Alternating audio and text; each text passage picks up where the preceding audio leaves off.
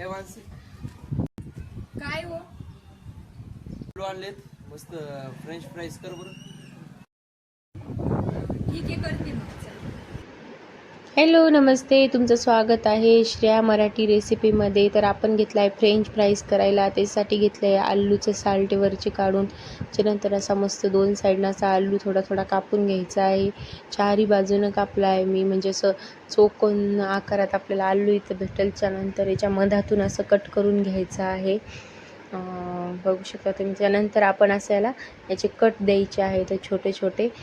खूप जाडही नाही, खूप पातळही नाही होऊ द्यायचं, मीडियम याच्यामध्ये आपल्याला कट करायचं आहे याला. तर मी तर सर्व आलू आता असाच कट करून घेतला आहे. त्यानंतर पाणी ठेवलं आहे, पाण्यामध्ये घातलं आहे साधं मीठ, काळं मीठ आणि पाण्यामध्ये आपले जे आलू आहेत ते सोडून दिले आहे.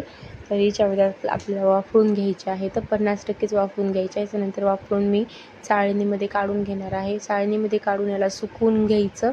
सुकवून घेतल्याच्या नंतर याला एक मस्त असे आता इथं मग आपण तेल तपवायला ठेवून देऊ. तोपर्यंत इथं आपण एक ट्रेमध्ये काढून घेऊयात.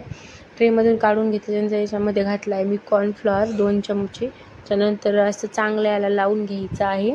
याच्यामध्ये मीठ घालायचं नाही, कारण आपण उकडतानाच मीठ घातलं होतं आधीच. मस्त याला आता मिक्स करून घ्यायचं आहे. त्याच्यानंतर तेल आपलं मस्त असं गरम झालं होतं. तेलामध्ये एक एक सोडून द्यायचं आहे. तेल जास्त गरमही नाही आणि जास्त कोमटही नाही पाहिजे, मीडियम पाहिजे तेल. तर आपल्याला हळूहळू याच्यामध्ये सोडून छान असे तळून घ्यायचे आहेत. तर मी त्या बघू शकता, याला आता आपण पलटी मारून घेऊया त्याची एकदा. दोन्ही बाजूंनी चांगलं तळल्या गेलं पाहिजे. तर दोन्ही साईडने आपल्याला छान असे तळून घ्यायचे तर कमी गॅसवर. त्यानंतर आपण आता याला काढून घेऊयात.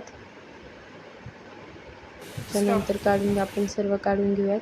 आता इथे मी दुसरे अजून टाकले ते तळायला, तेही तसेच आपल्याला तळून घ्यायचे आहेत. त्याच्यानंतर इथं काढल्याच्यानंतर याच्यावरती घालायचा आहे चाट मसाला, थोडीशी चटणी आणि याला मस्त आता आपल्याला असं मिक्स करून घ्यायचं आहे. छान सर्व याला मसाला लागला पाहिजे. त्यानंतर सॉससोबत तुम्ही याला खाऊ शकता. खायला एकदम भारी होतात. घरच्या घरी केले तर अजून छान होतात आणि टेस्टी लागतात आणि हेल्दी पण.